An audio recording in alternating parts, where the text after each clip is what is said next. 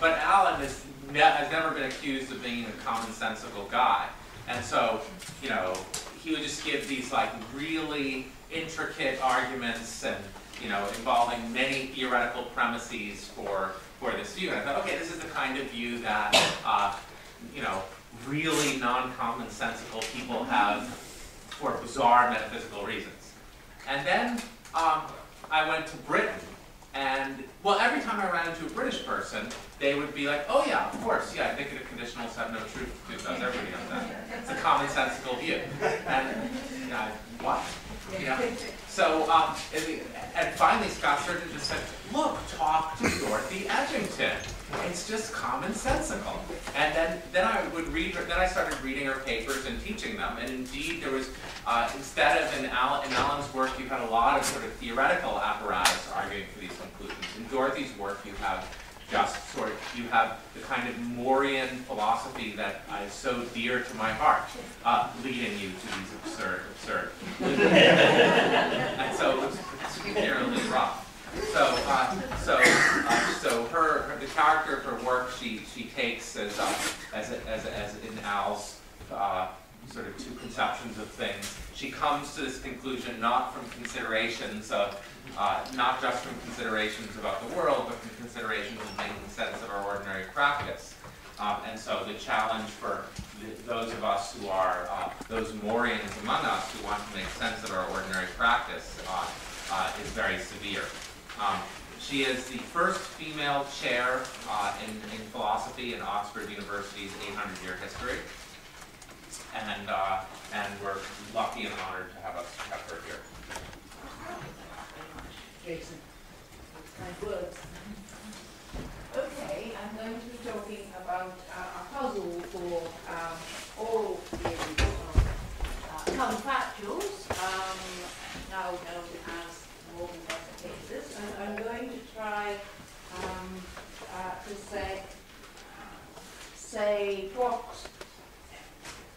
it shows for the question, well, why do our counterfactual thought experiments go this way and that? What would go wrong for us if we assess them differently? Okay, so I'm driving to the airport to catch the 9 o'clock train to Paris, and my car breaks down on the freeway, and I'm sitting there waiting for the repair people to come, and 9 o'clock passes and I've missed my flight, and repairman eventually shows up and I say, well, if I caught my plane I would have been halfway to Paris by now, and he asks me what flight I was on, and I tell him, and he says, well, you're wrong, it crashed. If you'd caught that plane you would be dead by now. So that's a kind of slightly more dramatic than the coin toss original Morgenbesser case, but just from what I've said already doesn't make it a problem. It needs elaboration to be before it really becomes a problem. But once it is elaborated, as we'll see, it does cause problems for well, it certainly causes problems for Lewis. It does cause problems for some things I said about counterfactuals in my 1995 paper on conditionals, and it's something that we have to try and get clear about. So before we get there, I run through a brief picture of how the history of this subject went, which most of you are familiar with anyway, and then we'll elaborate the problem. So the problem of counterfactuals has always been, what are the rules of the game? There's also the question that I want to stress later. Why play the game, or why play the game at all, and why play it by these rules rather than other rules? What would go wrong for us if we played it some other way? But the puzzle about what are the rules of the game is, okay, I'm supposing something to be true, which very, very often is something that I know to be false.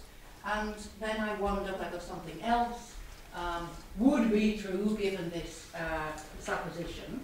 And again, in almost all cases, I've got to hang on to some actual truths in order to get anywhere. But I've also got to give up other actual truths because I'm making this counterfactual supposition. So the tricky part has always been what you hang on to, what are you allowed to hang on to, and what must you give up, because you're going to get very different results either way. As Goodman had a label for the answer, the things you can hang on to are those that are co-tenable with the antecedent, and that in his, then he found out how he said these are the things that are not only true, but it was actually in a negative way. It's not co-tenable, although it's true, if it wouldn't have been true if they had, but now we're in a pretty hopeless circle.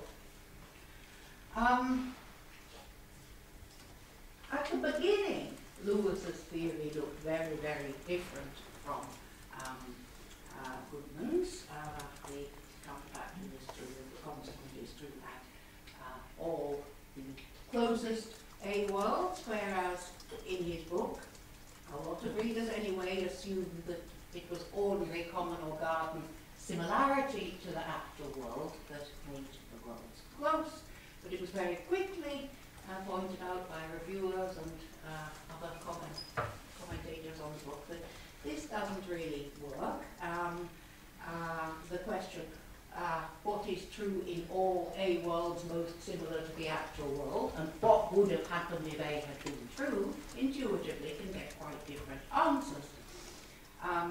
Any counterfactual reform, if A, then things would have been incredibly different from the way they actually are, is a prima facie problem, because typically, if A had been the case, there's a more, that it might be true that things would have been incredibly different from the way they actually are, but there are nevertheless more similar worlds. We've talked a lot about Nixon pressing the button, and which was the form of that objection that has really stuck in people's mind. It won't help to say, well, just look at, Lewis called this the future similarity objection. Note that it won't help to say, let's just concentrate on similarity between antecedent and or up to the consequent time, forget the later future and so on. If Hitler had died in infancy, things would be very different, would have been very different in the 1930s and 40s from the way they actually are. But it seems to me the world most similar to the actual world in which Hitler died in infancy, some other infant grew up to play virtually exactly Hitler's role. You could imagine 2 movies about Hitler, or novels or whatever, in which Hitler died in infancy. One, you might think, yeah, that's pretty plausible, it's a very, very different world. The other, you say, well, that's almost exactly the same as the actual world, it just has somebody else doing all these things that as an actor Hitler did. So similarity in intuitive sense didn't get us anywhere. So Lewis refined his theory, and I'm not giving all the details, but for the kind of counterfactuals about specific times, antecedents and consequence that we're most familiar with, it had the consequence that you just look at worlds which are exactly like the actual world and shortly before the actual world, the antecedent time, and you keep the laws of the actual world, except you might need a little inconspicuous deviation from the law to deviate at all. From that, you keep the laws of the actual world. And that is all, or almost all, because the final clause in Lewis's outline of how you conduct these experiments. It matters. Once you've deviated from the actual world, it is of little or no importance to secure approximate similarity of particular facts between this world and that, even in matters that concern us greatly. It's just the laws, or with little or no importance, almost just the laws after that. Okay, and as I won't go over this, but as I said this morning, one way of seeing the sort of view that I put forward myself is more or less shares Lewis's picture. Just take the probability distribution over those laws that he has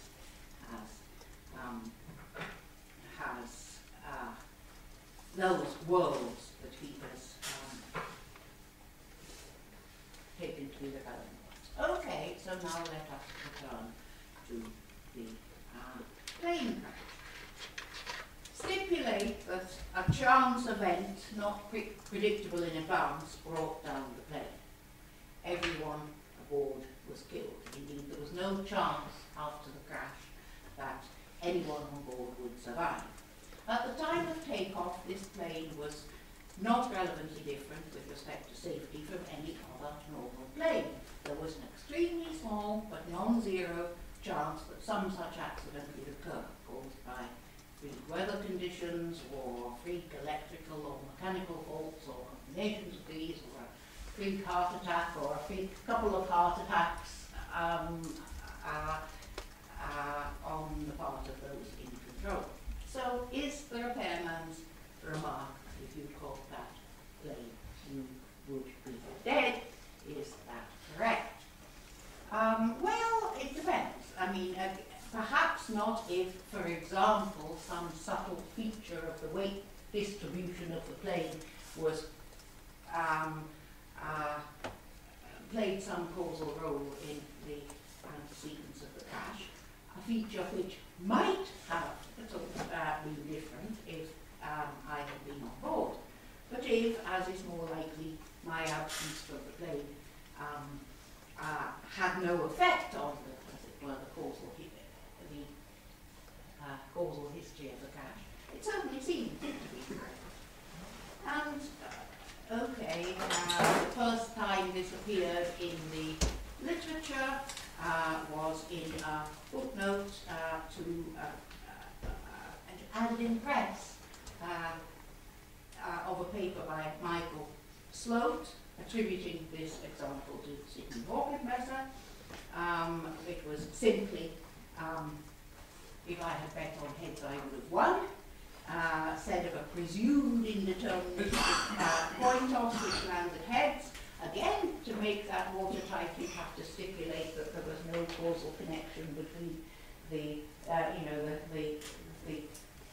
my agreeing or not agreeing to bet and the coin toss. Say I had to write on a piece of paper in one room heads or tails or no bet or something, and the toss came. Went in the other room, you don't want to be linked in any way, but told the right sort of way. That seems to be an example, and similarly really for hundreds of examples, one might think this problem occurs too. If I'd chosen numbers blah blah blah blah blah in the lottery, I would have won, and so on. Sloat says, I know of no theory of counterfactuals that can adequately explain why such a statement seems natural and correct. He says, but perhaps it simply isn't correct, and the correct retort is, no, you're wrong. If I bet on heads, the coin might have come up differently, so I might have lost. And you do get that reaction from people, and of course it was in, I say that it looks a little bit like wishful thinking on Sloat's part, because it's a real problem for the theory he's putting forward, but you do get that reaction. I think most people have the intuition that it certainly could be correct to say, if I'd been on the plane, I would be dead if I caught the plane, I would be dead, or if I bet on heads, I would have won. But some people also think, well, no, look, another possible world comes into play, and different things happen in this possible world from the actual world, so why that? So, and so part of the question I'll be raising later is, which is the most useful way for what we want to do with counterfactuals to go on that? But I think what most people do go the way that seems to be the natural one. I say here, suppose I mean, you do get a lot of very funny things, like very strange things coming out if you go the other way. I mean, I'm watching a lottery draw on television, and to my dismay, my arch enemy wins a prize. And if Slope's retort was right, I could say, well, you know, I'd scratched my nose a minute ago. He probably would have lost. And what a pity I didn't scratch my nose. Well, that sounds kind of silly. It seems much more natural to say it wouldn't make the slightest bit of difference, right?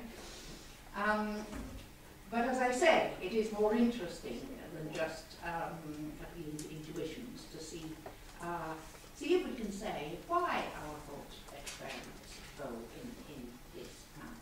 But before I do that, a few more remarks about the plane crash.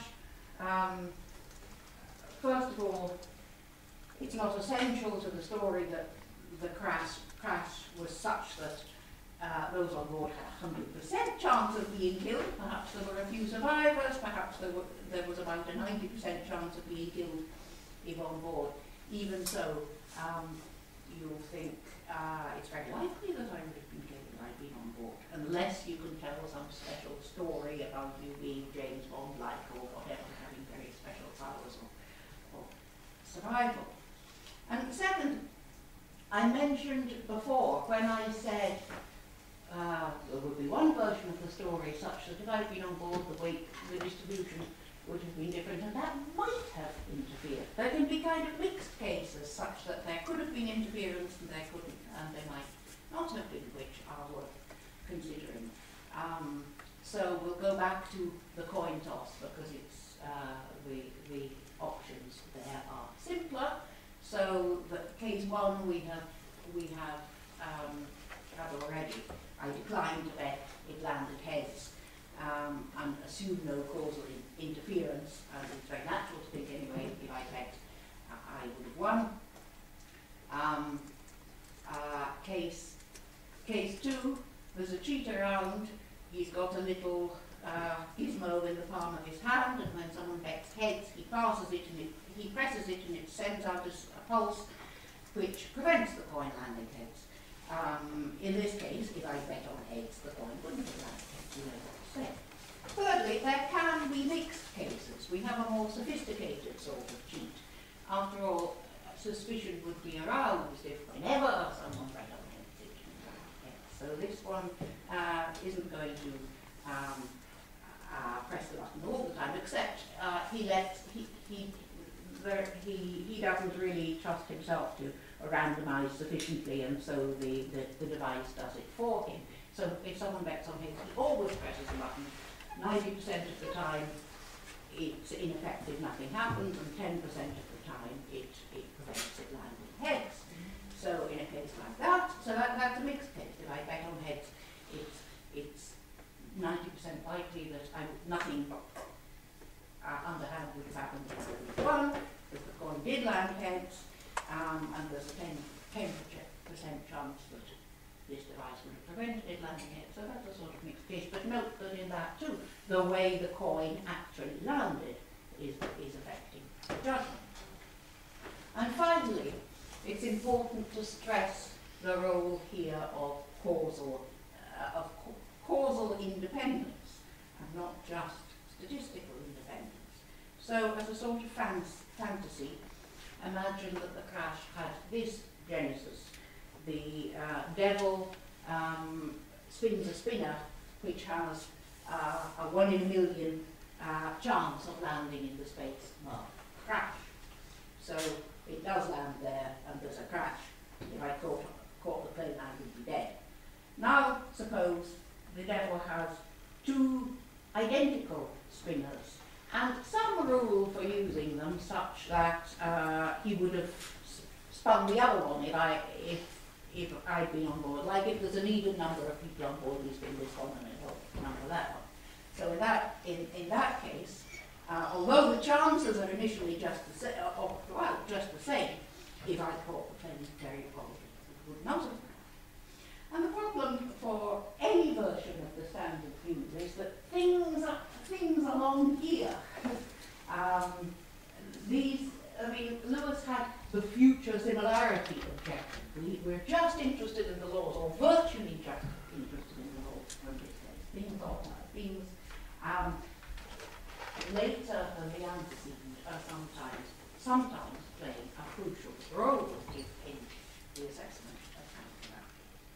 So, go back to this wonderful disjunction of Lewis's. It's of little or no importance to secure approximate similarity of particular facts between worlds. That it's only approximate similarity because they deviate or something. Qualitative identity up to here.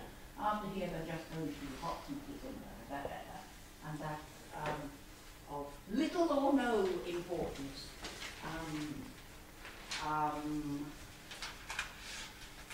Even in matters which concern us greatly. And Lewis then went on to say in parenthesis, should it be little or nothing? I really don't know, he said. Some examples seem to go one way, some examples seem to go the other way, and indeed, I think he says,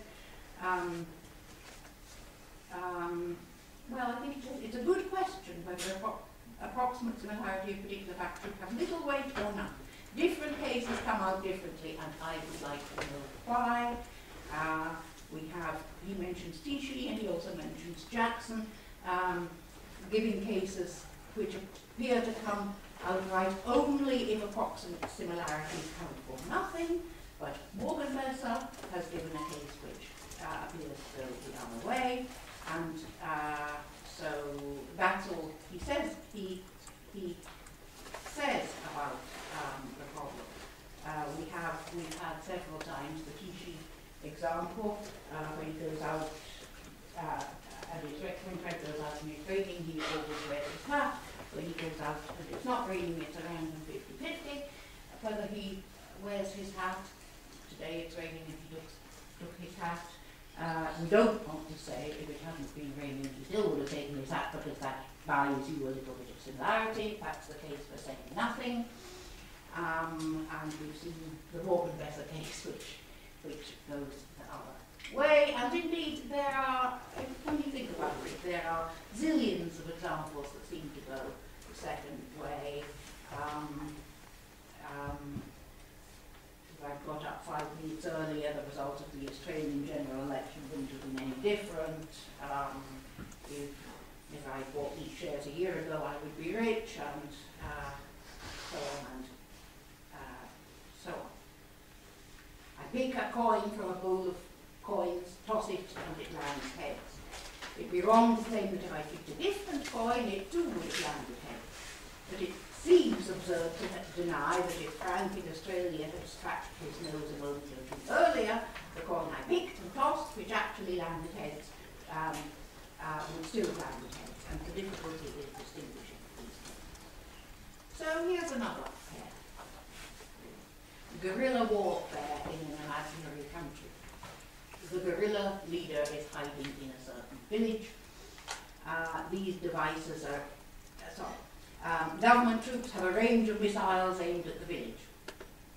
The devices are indeterministic and each has a chance of, say, 90% of firing when activated. News having arrived of the need to deploy troops elsewhere, only one missile is set off. The general chooses the missile, which is activated. It fizzles out. No harm is done. Well, that was lucky, says a potential victim later. Had the general chosen a different missile, we might well be dead. His companion has read Lewis's early work on counterfactuals and has read similarity in an intuitive way, and he disagrees. Well, we were lucky that it didn't go off, he said, but your relief is misplaced. In the world, most like the actual world in which we chose a different missile, it fizzled out too, right? So if he'd chosen a different missile, it too would have fizzled out. And that, the silliness of that suggests that Lewis should say approximate similarity counts for nothing. Then we tell a different version of the story. Two inhabitants of the village are delayed on their way home because they notice a sheep caught in a cactus and it takes them a while to free it. The scenario is just as it was before, but I'm going to lower the chance each missile has of firing to about 25%. This time the missile does fire, they hear it in the distance, and when they get back they meet havoc and destruction. If we hadn't noticed the sheep, we would have been back there, we would probably be dead now, said one. His companion versed in Lewis's later work and some strong reasons for saying approximate similarity counts for nothing, disagrees. Consider the possible world which deviated from the actual one at the time we noticed the sheep. The missile, or its counterpart, in that world had only a 25% chance of going off. So if we hadn't noticed the sheep, it's 75% likely that the disaster wouldn't have occurred. What a pity we noticed the sheep, if we hadn't probably thought it well. So it's very difficult to see how Lewis can handle these examples without appealing to the notion of causal independence. Whether Fred wears his hat is not causally independent of the weather. Picking another coin or missile begins a different causal process. But the outcome for this coin or this missile that was picked is causally independent of someone scratching his nose in Australia or the antics of the sheep. And as Lewis wants to explain causal dependence and independence in terms of counterfactuals, this does seem to be a problem for him. I'll make just one more point, which is only I recognise that this is a rather weak point, but nevertheless I shall say it. In addition to the point about the need to appeal to causation, I suggest that Lewis's modal realism makes it harder for him to put weight on the distinction that matters here. A die is tossed and it lands 6. We can't infer that if another die had been tossed instead, it would have landed 6. But we can, it seems, infer that if Frank on the other side of the world had scratched his nose, this die would still have landed 6. But for Lewis, the latter question is a question about whether, in all sufficiently close possible worlds, counterpart Franks scratch their nose and counterpart dice in these worlds land 6. And it could be patched up, but it's hard when these are, we say, well, look, it really matters whether it is the same causal process. It's hard to see what would ground the right answer when it's phrased in Lewis's terms. Okay, what should we say? Suppose we don't share Lewis's desire to, or aim of explaining causation in terms of counterfactuals, then it isn't too hard to see how the standard picture needs to be amended to handle these examples. They bring to our attention the fact that when we assess a counterfactual, we need to take into account the way the world actually rolls on after the fall in ways that are causally independent of A. So a Lewis style account would be amended. Consider those A worlds which A depart from the actual world shortly before the time of not A as an inconspicuous fork. B thereafter obey the actual laws of nature, and C share with the actual world subsequent particular facts that are causally independent of not A up to the time of the consequent. The counterfactual remains it is true in all such worlds. A Goodman-style story will say that if it's taking these temporal facts seriously, or a Goodman-style story might say, we should say, the co-tenable facts are those up to shortly before the time of not A, B, the laws of nature, C, any subsequent fact up to the time of the consequent, which is causally independent of A, not A. In other words, whose causal history does not go through the actual not A. If AC is true, if C is entailed by A and the co-tenable facts. And I can subject both of these to a probabilistic amendment as before. Instead of Lewis's truth condition, I'd say very crudely and roughly that the counterfactual is probable to the extent that C is true in most of these that we specified A worlds. Instead of Goodman's, if A, that in the case C would have been the case, is probable to the extent that the chance is high at the time of the fork of C given A and the co-tenable facts, which includes these things that go on later.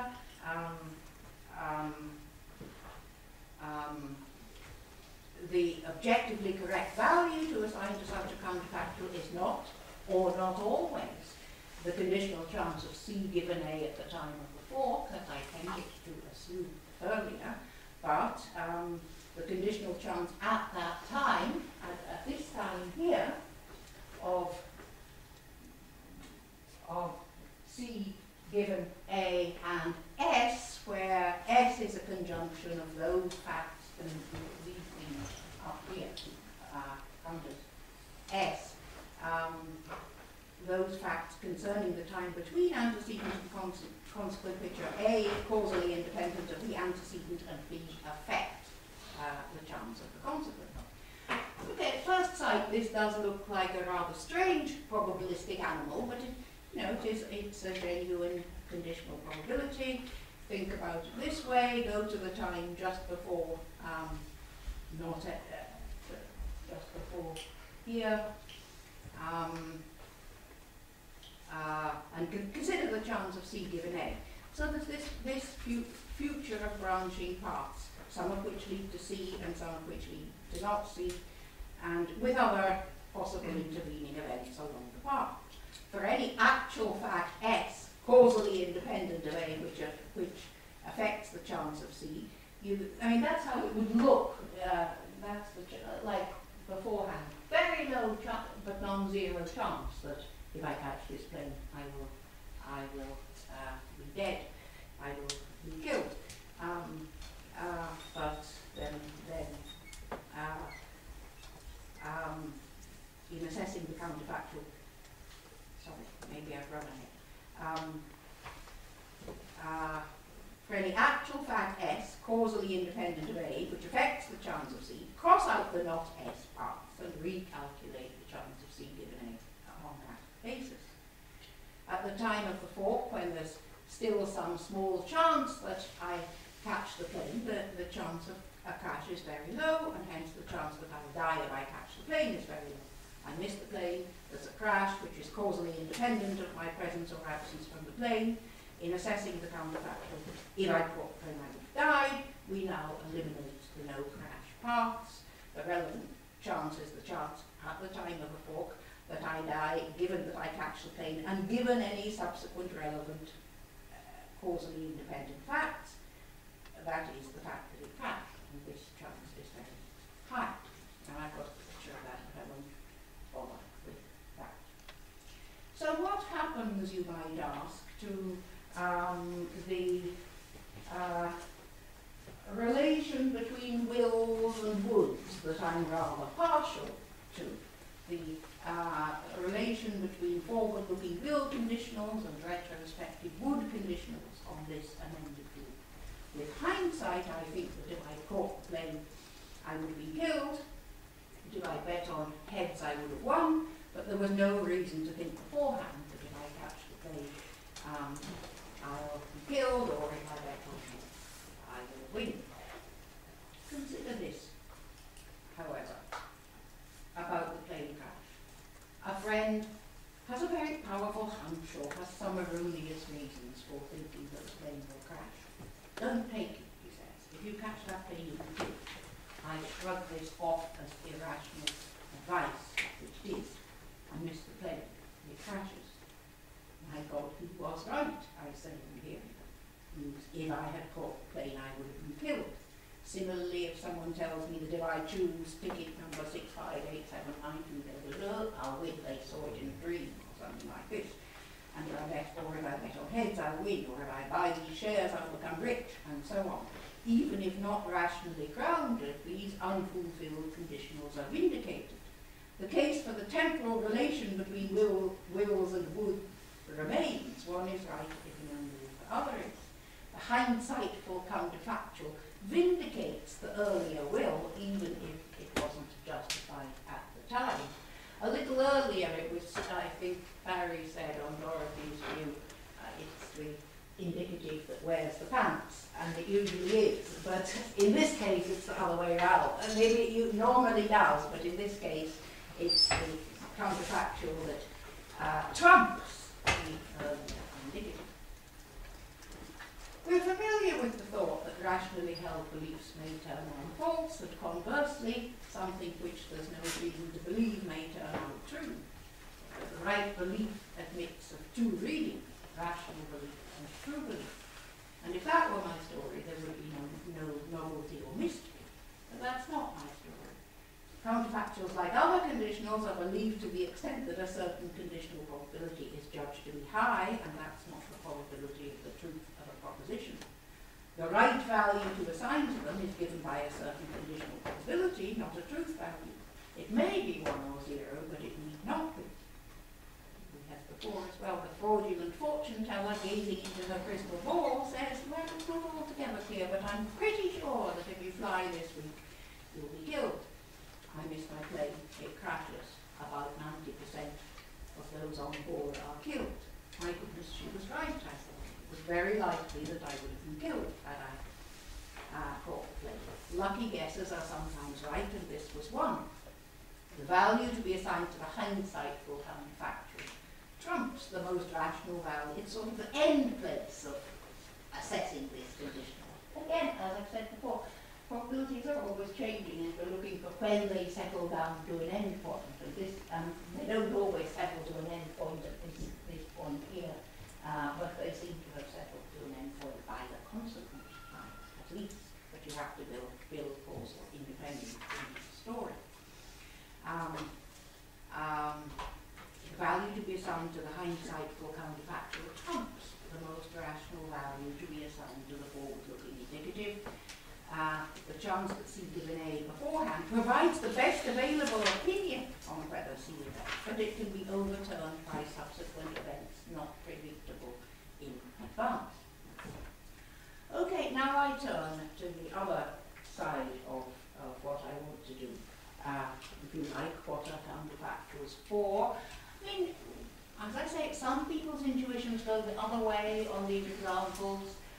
We could assess them either way. We could learn, no doubt, lots of different ways that in principle they could be assessed, some of which have been put forward by philosophers. Is it mere, I mean, why are some ways of assessing counterfactuals, if you like, more valuable to us than others? And that's the question. So, that is a question, what are these judgments for? And there's no way that I intend to give a complete answer to this question here, but I want to stress one, to my mind, important aspect of their use, and then to show that assessing them in this hindsightful way is is the appropriate way for its use that we make of it. So what I want to stress is that we use counterfactuals all the time in empirical inferences, feasible, non-demonstrative inferences to conclusions about what is actually the case. Now we want to get it right. what is actually the case. So we have to look at what way of assessing counterfactuals is going to give us true conclusions. So here are just a few examples of the sort of thing I have in mind, very informally at this stage. So you're driving of an evening in the dark, close to the home of some friends, and you've considered paying them a visit. You turn the corner. They're not at home, you say, for the lights are off, and if they had been at home, the lights would have been on. So you've reached a factual conclusion using this counterfactual. It's not a problem with the liver, says the doctor, for the blood test was normal, and if it had been a liver problem, it would have been such and such. So that's one kind of case, which I tend to call counterfactual modus tollens. That's what it looks like. The other kind of case, we've had the first example before. I think there's a patient's brought in to hospital in a coma, and the doctor says, I think he must have taken arsenic, for he's got such and such symptoms, and these are just the symptoms he would have if he had taken arsenic. And the other one of that form, I think a prisoner escaped from that window, for the flowers below are all squashed, and they would have been squashed if he had jumped from there. And that looks like, you know, I hesitate to say inference to the best explanation, but inference to a good explanation of something that you have observed. So you've got what on the face of it look like two forms of inference. Highly defeasible inference, H because E, and if it hadn't been the case that H, it wouldn't have been the case that E. H because E, and if it had been the case that H, it would have been the case that E. I claim neither of these forms deserves to be called valid, and that's particularly obvious with the second one. After all, it looks like a buzzing the antecedent or something along those lines. Take the one about the symptoms. It could be defeated by pointing out that although these are indeed the symptoms he would have if he had taken arsenic, they're also the symptoms he would have if he'd not taken arsenic but was, say, epileptic, and maybe there are loads of things, other ways he could have these symptoms. The one about the flowers being squashed below that window could be defeated by pointing out that the flowers would also have been damaged if a prisoner had not escaped, but they'd been a game of football or a dog fight or something like that. The same is true of what I'm calling counterfactual modus tollens. It's a little less obvious in that case, because I will say that's the case that goes H because E, and if it hadn't been the case that H, it wouldn't have been the case that E. I'd say, look, this is closer to valid in the sense that if each premise is certain, the conclusion is certain. But contingent conditional premises of this kind are rarely certain, and we need to use them when they're less than certain. And an argument deserving the appellation valid is such that if both premises are close to certain, so is the conclusion. Not quite so close perhaps, because you've got two premises, but still quite close. And that's a property demonstrably or paradigmatically valid arguments. And this, for example, my one about the lights being off, they're not at home, the lights are off, and if they'd been home, the lights would have been on, doesn't really have that feature. It might be defeated. This, look, I agree that it was indeed very likely that we would find the lights on if they were at home. But it was also very likely that we would find the lights on if they were not at home. For they have this deeply ingrained practice of leaving lights on when they go out at night. So there must be some other evidence. So no longer take this as evidence that they're not at home, in other words, because it was just as likely that the lights would be on if they were not at home. So there must be some other explanation for the lights being out. Perhaps there's been a power cut, perhaps they've gone to bed or whatever. And when we see what defeats them, we we see that these two forms of inference are not as distinct as they look. What you really want is both of these to be in place. Is if you've got a good argument, H because E, you want both of these, and if it hadn't been, you want both. If it hadn't been the case that H, it wouldn't have been the case that E, and if it was the case that, if it had been the case that H, it would have been the case that E. And now I turn, to make all that just a little bit more formal, I turn to what I have on the board, which is a version of something I talked about the other day called phase theorem. With just one instance of it. What you have on over here is just fiddling around with the probability calculus in a very elementary way. The ratio of the probabilities of H given E to not H given E is the ratio of the probability of H to not H times the inverse, the probability of E given H and E given not H. What you have on the right-hand side is the recommendation that, which at least is sort of ceteris paribus, recommendation that that you, once you've discovered E, your new value for H should be your old value for H. Of course, because this is part of my view of conditionals, that plays it all to stroke, and I'm writing if there, but you can just read it as a stroke if you like. So, but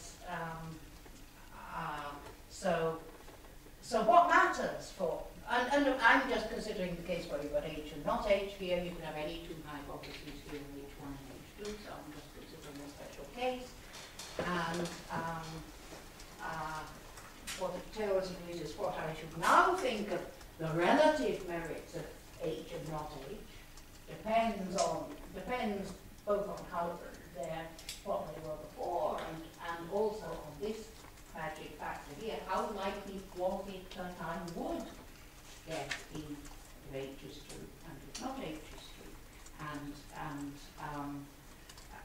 that both the kind of focused toe-lens move and the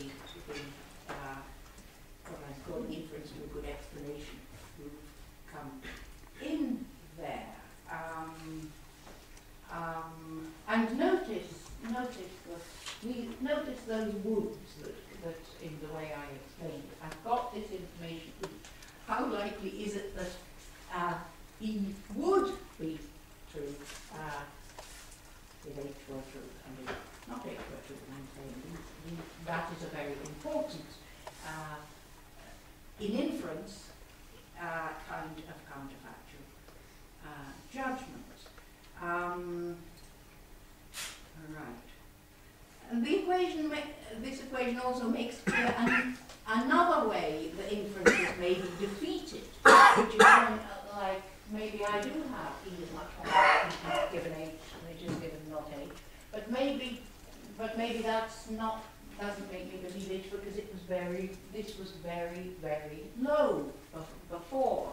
I might, in the lights being off example, I might, we've got, they're not at home because the lights are off, and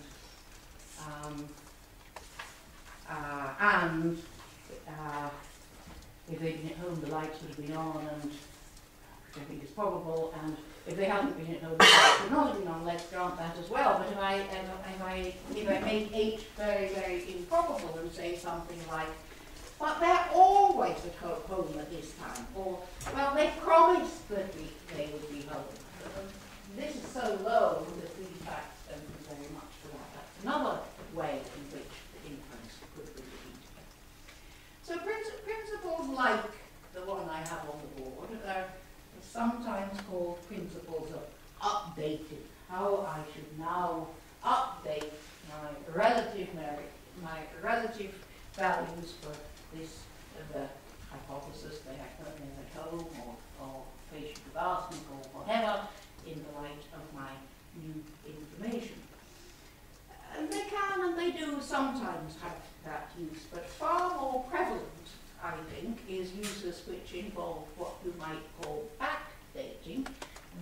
about updating, but downdating doesn't sound very good, so we'll pull it back.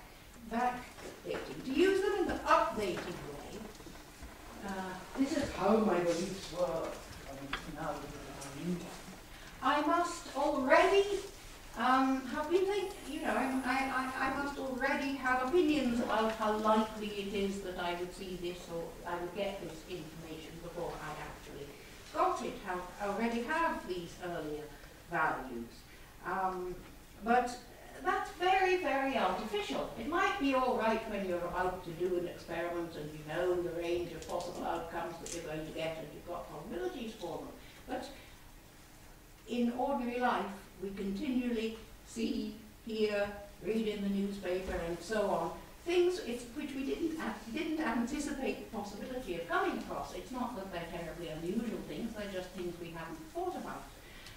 If an observation strikes you as in need of explanation or as a possible basis of an inference relevant to your concerns, you start there and you ask yourself and notice that again this is a would. How likely was it that I would get this information if not it?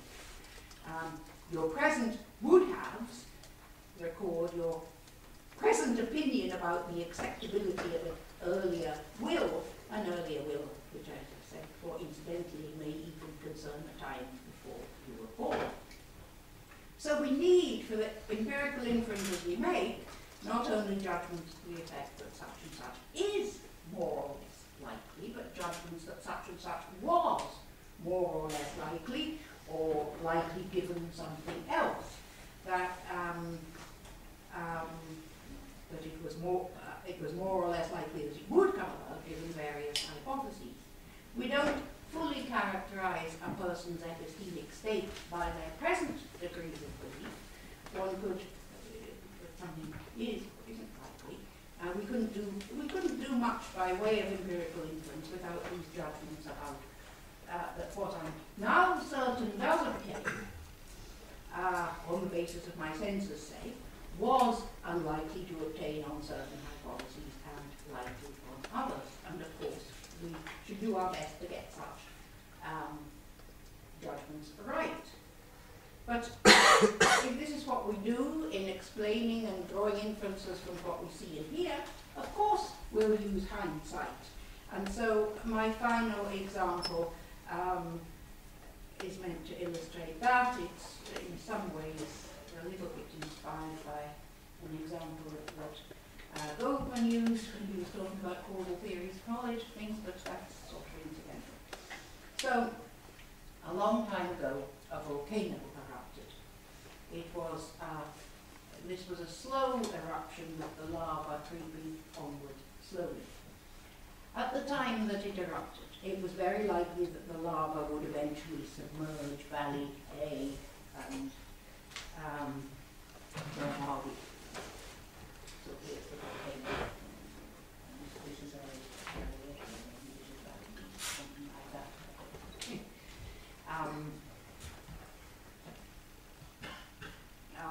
And Valley B would not be affected given the lie of the land. However, in the unlikely event of an earthquake of a particular kind at an appropriate time, the path of the lava would very probably be switched from Valley A towards Valley B, and as a matter of fact, that's what happened. So along comes our geologist, maybe centuries later, making her inference about the eruption. She'd already found out about the earthquake. That volcano must have erupted, she concludes, for there's lava in Valley B and not in Valley A. And, of course, taking for granted what I know about the earthquake, that is just what one would expect to find if that volcano had erupted. And also, by what I was saying before, if someone before the eruption had said, if that volcano erupts, Valley B will be submerged, that was not justified at the time, but my claim was it was nevertheless right. So the point of the example is that our inferential practices would not be well served by rejecting these counterfactuals which can only be got right by hindsight. Suppose there was a second volcano whose potential eruption at the time in question presented much more danger to Valley B, but in the unlikely event of the earthquake, its lava would probably be diverted elsewhere. Only with hindsight, knowing of the subsequent earthquake, is one justified in thinking that if the second volcano had erupted, Valley B would not have been submerged, and if the first had erupted, it would have been submerged. And it's our hindsightful judgments that stand most chance of leading us to true beliefs, which go some way at least to explaining why our practice in evaluating these problematic counterfactuals is as it is. So that, in a way, is an argument that the old standard picture, which some people have tried to hang on to, is, well, I did say a bit wrong, but at least an unhelpful or not a useful way of assessing counterfactuals. We need to take into account actual facts concerning times later than the antecedent time. And we also see, I think this also gives us some inkling of why at least very often, counterfactuals are best assessed probabilistically. A true-false cut-off point in these sort of inferences wouldn't serve us very well. What matters for the empirical inferences we make is how likely it was that E would have happened if H compared to how likely it was that E would have happened if not H. Okay, we've virtually finished. We've seen, of course, there are other forms of inference which one could consider, but I won't here. We've seen a way in which our counterfactual judgments explain and justify our other beliefs. Of course, they play other roles. As is implicit in several of my earlier examples, they also explain and justify our reactions of being glad or sorry, relieved or regretful that such and such happened. I'm sorry that Fred didn't come this evening. If he had come, we would have had a fourth bridge. This is the retrospective version of I hope Fred comes this evening, for if he comes, we'll have a fourth bridge. These examples are discussed by Adams. These positive and negative reactions to what has happened are a very important part of our lives and are accessible as reasonable or not. It's hard to believe that many of our desires, beyond the most hardwired desires, would survive if we were always indifferent to what has happened. In the problem cases, where the rational attitude to the forward will differs from the retrospective, would our reactions switch? I want to catch the plane. If I don't, I'll be late for this important meeting. I'm dismayed by being stuck there on the road missing. On learning that the plane has crashed, my dismay switches to relief. If I'd caught the plane, I wouldn't have made the meeting at all, or any other meetings. So let's say I get on the next, I'm brave, I get on the next plane and I'm a bit late, but I'm spotted in Paris, arriving very late for the meeting, and then further news, and this causes a bit of surprise. She must have missed the plane, she said. If she'd caught that plane, she would be dead. And we leave open the question whether this is accompanied by hope or disappointment.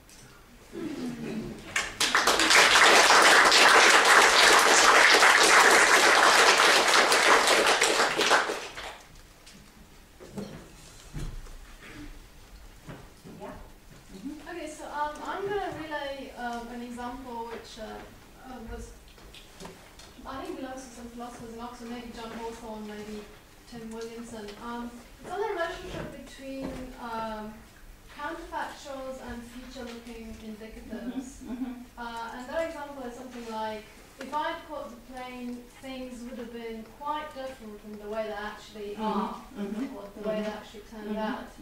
And the problem there, well, the most conservative way you could say what the problem is as follows. There just doesn't seem to be a corresponding future-looking indicative of the sort, if you catch this plane, things will be different from the way they will be. That's nonsense or tautological, however way you want to look at it. I think that's right. But I've thought of, I've thought about this and I don't really see how your theory can cope with it. And I also think that the problem is very, very general. Because it seems to me that every time you make a counter to fact claim, you are saying something about how things would be different from the way they actually turned out to be. And so, yeah. Okay, that maybe these cases are tricky for the correspondent. I mean, I've used these cases myself, or rather taken them from Frank Jackson, for saying that the wills should really do belong with the indicatives rather than the counterfactuals. I mean, it has got something. Okay, I agree that these look as if they're coming apart, which maybe they are, but nevertheless, it's explained by the fact that the indicatives are assessed from your present epistemic standpoint.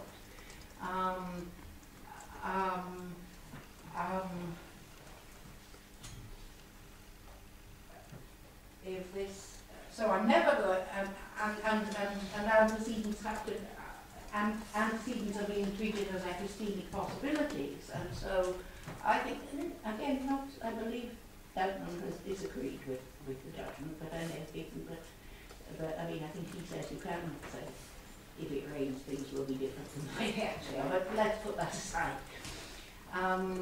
So, I've got, if I'm making an assumption which is an epistemic possibility, and I'm constrained by epistemic possibilities, I'm never going to have a course that things will be different from the way they actually are. I've got, let's see, you know, I'm just restricting my beliefs to the A worlds and looking at how many of those are B worlds or something like that. So I'm agreeing with you. But whereas with the counterfactual, I'm moving to a different and possibly known to be counterfactual state. And then again, as you write, I mean, if I'm supposing that something has happened which I know didn't, certainly, very often, it might, of course, it might not be, but very, very often it will be. Well, I mean, certainly, if it really is a counterfactual supposition, something is bound to be different from the way things actually are. So, okay, these ones with actually in them, such that they refer back to the real world, they don't stay in line. I mean, it's not really about, because you could just say, well, look, that's expressively rich. We don't really know how actually, what kind of context actually creates, you know, together with. Well, obviously you're making a contrast between how things would have been and how things actually are. Like, you could just be ruminating to yourself afterwards. Oh wow, you know, things would have been really different. Whereas if you go to the seer and he says something like, things will be very different. That makes absolutely no sense whatsoever. No, I agree with that. So I agree that these ones would actually, you will get something like the counterexample. There seems to be something different. It's a bit like Jackson. I think Jackson made quite a similar use of actually. He makes that point, but against the people who want to reclassify wills as subjunctive and counterfactuals, by saying, look, this is something they have in common with the plain part indicative.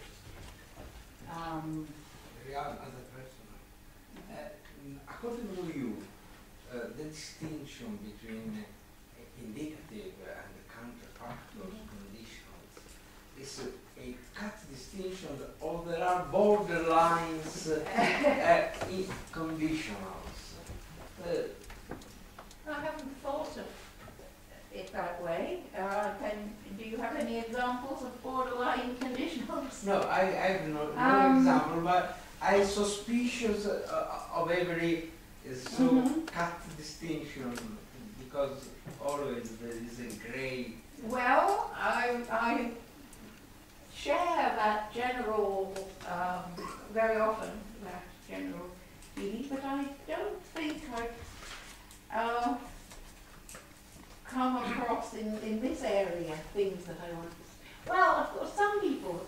I think Gibbard says he thinks the wills are kind of ambiguous. They can be treated as subjunctive, or they can be treated as indicative.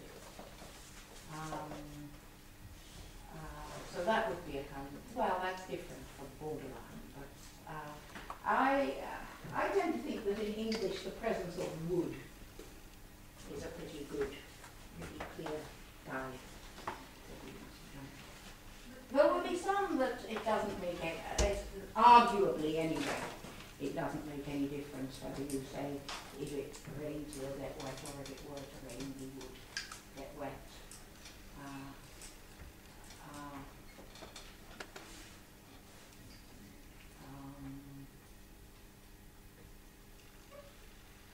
But normally, or at least the presence of would allows you to get outside your present belief state. It's just a point, I wasn't clear on. So the conditional that's supposed to be in felicitas is if you catch the plane, things will be very different from what they will turn out to be. Yes, yes. And then, but then you would think that From the way they actually will turn. Is that it? Yes. But let's do it without actually. Oh, I see. So things will be very different from what they will turn out to be.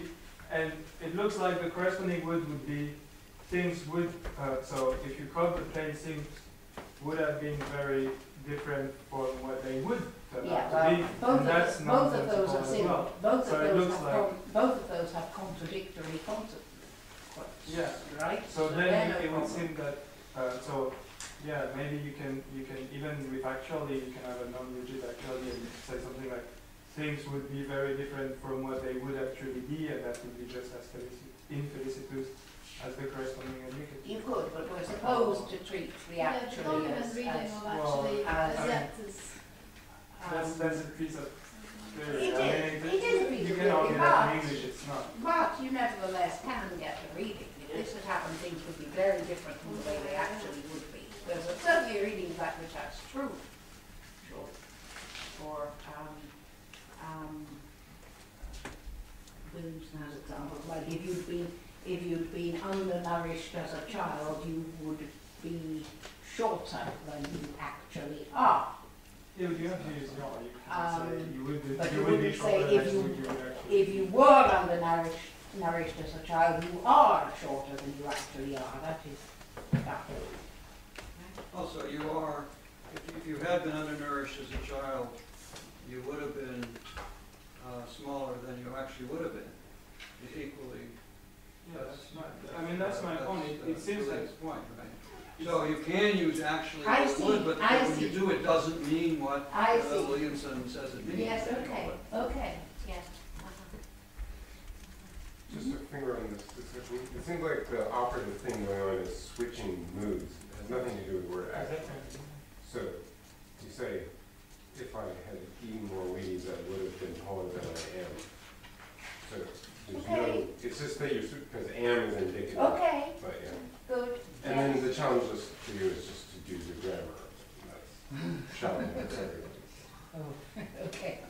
Yeah, but actually, I mean, actually just an expressive resource. I think it's actually, the role of it is to bring out what you say in English, it's just express well, the contrast between the, I think you're right, but it's compatible with the point that the actualists are making.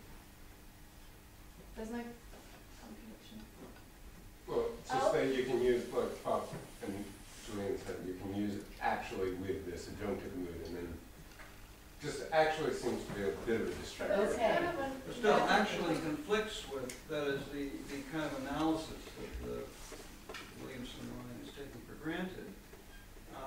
The use of actually with would is really a counterexample to that. Because the actually under the interpretation where you're sort of taking yourself back to the actual world goes with indicative. You can't Yeah. use it with subjunctive. Sort of. You think the judgments are really clear on that? yeah.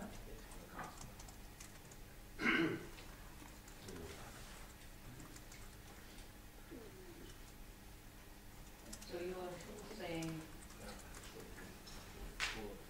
if you've been undernourished, you would be shorter than you actually Yeah. Give some examples, give a couple examples so we can repeat this to Williamson. Antecedent, right? The antecedent is fine in the subjunctive, but his examples involve actually in the consequent, which should also be fine in the standard view. But do your thing again. Why should we, I mean, give an example. Just need to repeat the word.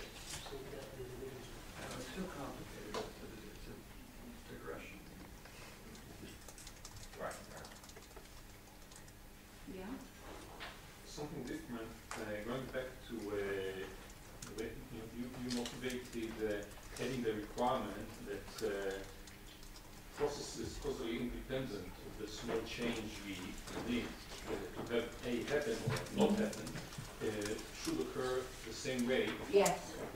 So in support of this, I think this is this can be seen as part of what we anyway have assumed.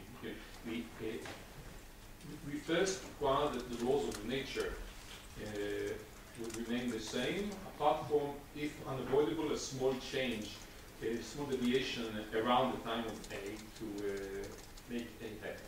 Apart from that, we want the past to be also factually as close to what it actually is. Now, the past is causally independent of the change we make to have A happen. So if there are even future processes which are also causally independent, then we have as little reason to change them factually as well, even if they involve some chance processes. So the same reason that we have for keeping the past fixed applies also for keeping the causally independent future fixed. So Yes, this is that may be right. unifying and simplifying. Okay, yeah, I think that's all right. I don't see anything wrong with it anyway. It wasn't criticism, just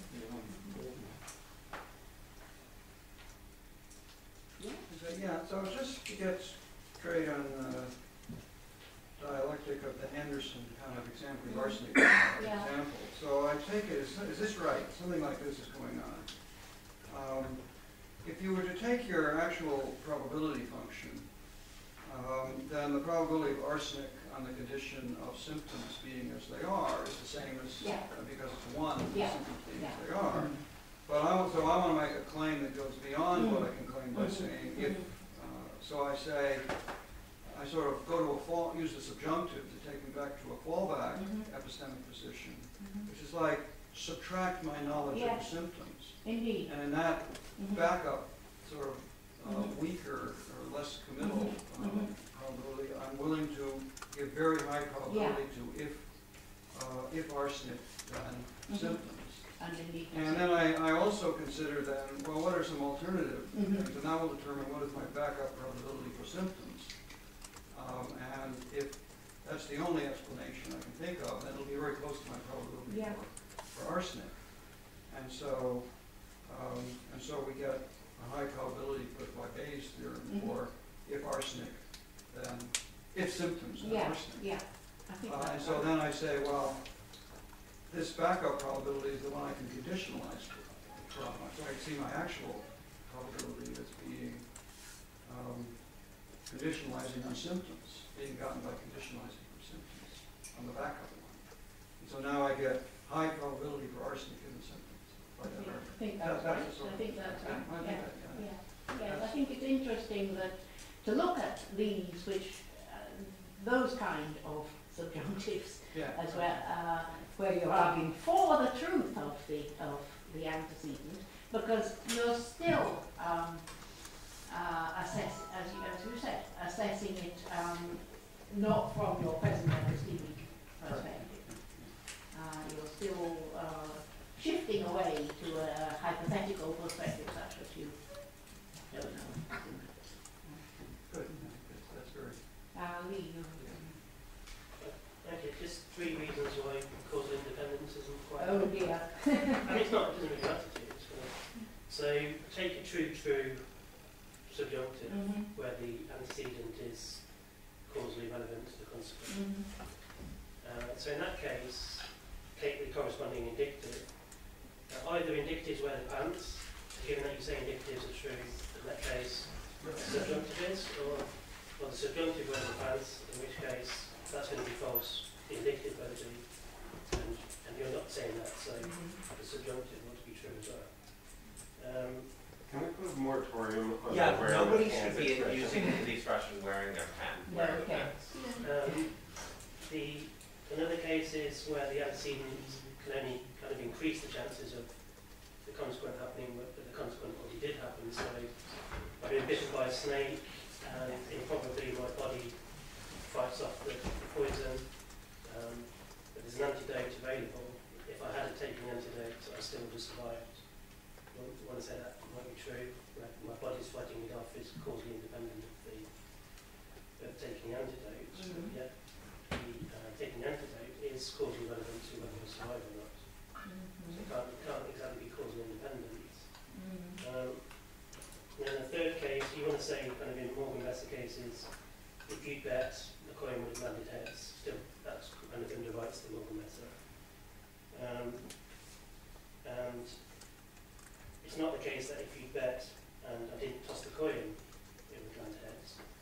So it looks like you want to say if you bet and I toss the coin, it would land heads. But here you've got an antecedent that's relevant to the consequence. But you can substitute in logical equivalence in the antecedent, so bet is equal to bet and toss or bet and not toss. And given that bet and not toss, not heads, so I'm going to say bet and toss then heads. Yeah, I'm not thinking possible clearly enough to So that's, strike me by. So if you've got the disjunctive antecedent, you've got if A or B then C, and you've got if A then not C, then it better be if B then C. Yeah, That's the kind of picture. right. You can go hyperintentional or Oh, yeah. I don't think there's any big problems. Oh, really? Just have to tweak the causal independence. How do I do it then? It's kind of like if the antecedent doesn't interfere with causal change, you keep those causal change intact. Right. Okay. And so when the antecedent is true, it's not going to interfere with the actual causal change, it's part of it. So you just kind of preserve it. Right. And it's kind of, this is like a little bit of a summary of my paper. So Okay, well, I'll have to think about it. Okay. Sorry. We wheel in co-tenability at this point. Yeah. I would like to go back to the discussion Sonia started. I may have missed something, but as I understood, you said that there is kind of a match between the real and the wood, and she gave an example. It's not mine. Yes, I think yes, that no, was no, mine. no,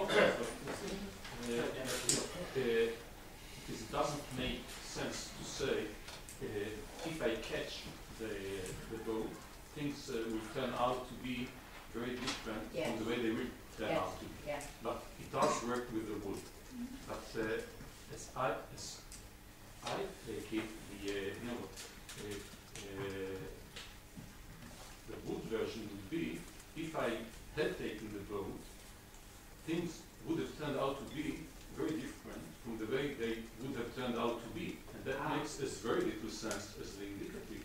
So I don't see any problem. I see, so you say that I should take that as the analog. Yes. Right. Yes, the matching with the Yeah. no problem. Yeah, but what is the indicative? What is the forward-looking indicative analog of the actual example? Yeah, was it? I mean, that's the thing. Of course, you can say, well, of course, you get parity by building, actually into the wood, combining it, but that's not gonna assuage any worries in the actual example. Well, you mean what is the indicative? I mean, if the matching, if the indicative, if I do this, then this will be different from what it will be. Is the matching? Is the match of the counterfactual? If I had them, this would have been different. Then Okay, so then the question is what is the forward-looking indicative? Oh, Asking me. yes. Yes, the forward-looking indicative That's the match of, if I had if I done had this. taken the plane, things would have been different from the way they actually turned out to be. Yes. So what is So it? then we have a problem because the consequent is not counterfactual. It's not a pure counterfactual. It contains a comparison. How can you turn a non-counterfactual to an indicative? So it's not that you find a counterfactual, a pure counterfactual without matching the indicative. The story is different. Why isn't it counterfactual? Yeah. Things would have been different from the way they actually were. So, but we're looking for an indicative analog. No, I understand. That was Sonia's point. So the question is, what's an indicative analog to that? And the problem is, there isn't one. No, it seems to be the right answer. I mean, it's part of the view, right? It's that you are, you've got two different belief functions going at once in such a case, because you're not talking about what's probable given your beliefs, but you still have your beliefs. Yeah.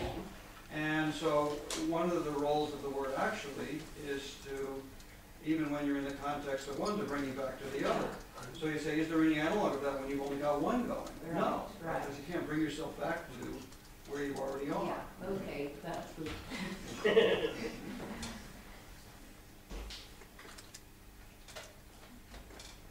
So you explain why there isn't an analog. Yeah. The claim was, I don't think this is very damaging to the thing, but the claim was that whenever there's a subjunctive true at a time, there's an indicative true at Yeah, an but there earlier should be time. one. And it turns out that this is not so for this particular subjunctive. Yeah. Yes, there is, but not an Why don't we earlier time, expect but in a that to be different thing. But the one? thing is, you've still got your present one, so you can appeal to some, you can sort of characterize some proposition in terms of your current situation. Sure. Even though you're talking about your previous one. Right. Okay, so, but when you, It was just a full statement that when the subjunctive is true, then an indicative is true in the earlier contemplating antecedent. And this is a subjunctive, it's a counterfactual to that. I see. So you're saying then the analog would be, have to refer to the beliefs I'm gonna have later. Something like that, yeah, maybe that'll work. I think found that might the work. correlative indicative. So when we say, if I had caught the plane, things would have turned out different than they actually did. We say something like, if I had caught the plane, things would have turned out different than this. Now we can give a description. So the correlative indicative would be, if I catch the plane, things will turn out different than this. And now we give the same description. Yeah, those were another pair. And that pair doesn't have a problem. That's right. So Because, but Yeah. she gave one that does have a problem. And it's right. I don't think it's not a big deal, but it doesn't, literally, if you use the recipe to find the corresponding indicative, there is none. well, I mean, this was a more complex case, and a more complex case needs a more complex treatment to find the correlative indicative. But still, it can be found.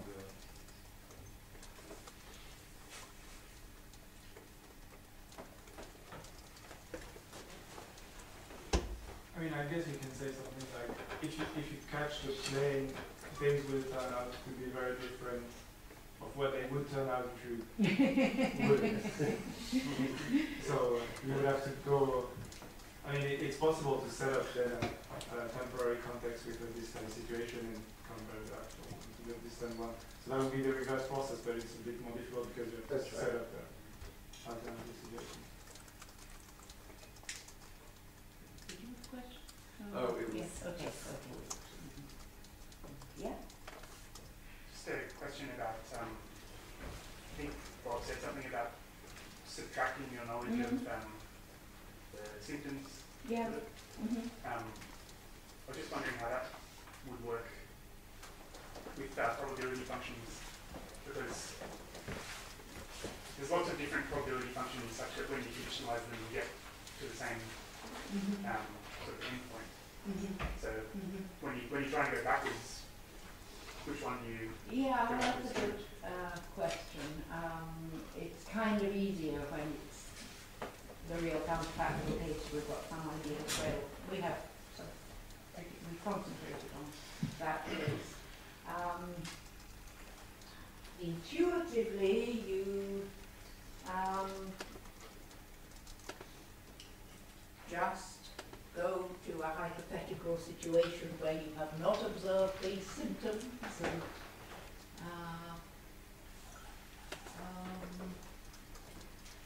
in that hypothetical belief state, think, well, how likely is it that he would have these symptoms on the assumption that he's taken arsenic and so on.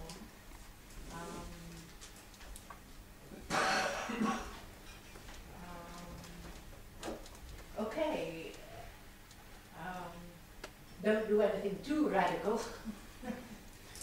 Just more or less go to the state you were before you noticed the symptoms, something like that. If you were alive, Well, yes, indeed. Indeed.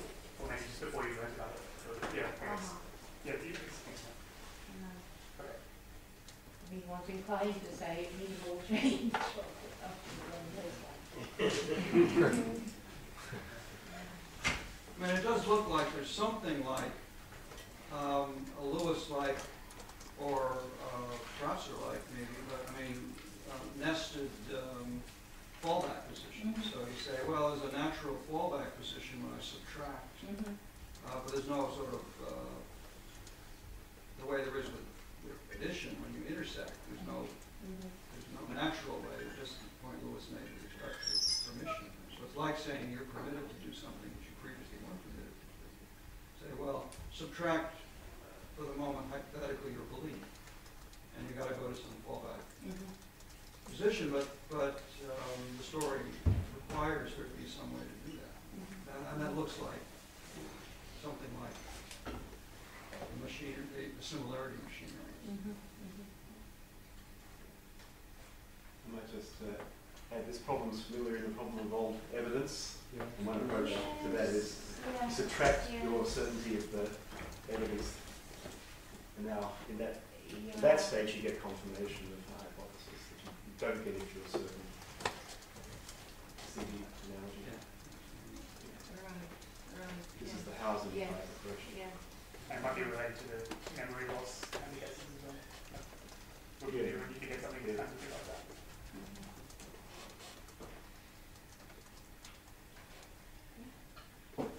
So you suggested the other day that a being that didn't have to cope with uncertainty, such as God, would have no use for indicative conditionals. And I'm wondering whether you think the same for subjunctives, in particular whether you think God would have a use for true subjunctives or not.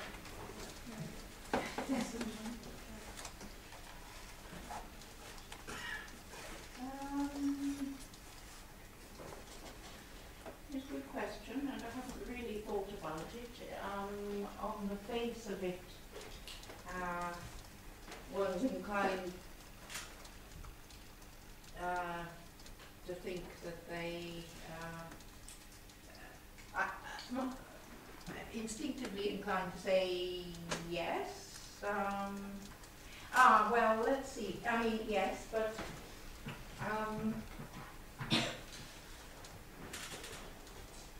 well, I do say somewhere in connected with the paper I gave the talk I gave this morning, and of course there are very interesting issues there. When I'm thinking of examples like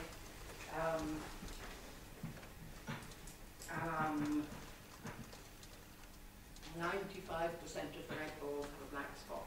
I'm thinking that if you'd picked a red ball, you would have got a red spot. I do say, I do make a rhetorical remark.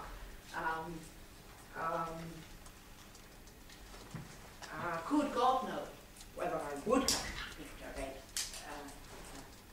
black spot or not? And my inclination in those cases is to say no.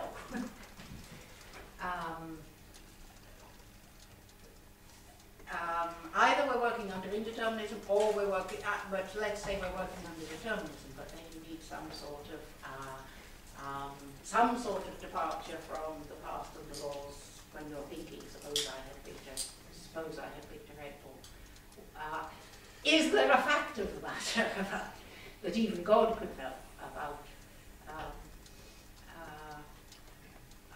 whether it would have had a black spot or not had I had that comment? And my hunch is no, there isn't, though this is something that has been, there have been disputes in theology about, I discovered. Going on in Jason's website. Okay, so I'll have to look at that. But Elizabeth Anscombe, in the introduction to one of the volumes of her paper, is talking about how she got into philosophy and she was being trained in, she was becoming converted to Catholicism and having lessons from Jesuits. So that this was the one thing that she couldn't accept, that God knew the answers to all these missionals. And then later she met some Dominicans and they said, yeah, you don't have to believe that, or something like that. What do you think, I mean, if the conditionals don't have truth values, Right. And then knowledge. they're not knowable, Right. because God can know the probability structure of the world. Yeah, that is my inclination to say that. Well, you have a faith in philosophy paper now, Barry. Right. You have a paper for the journal Faith and Philosophy now. I think we have Lewis's view. God could know if God knows the ordinary facts, so the subjective conditional facts too, since those are meaning. Yes, well, according, if Lewis is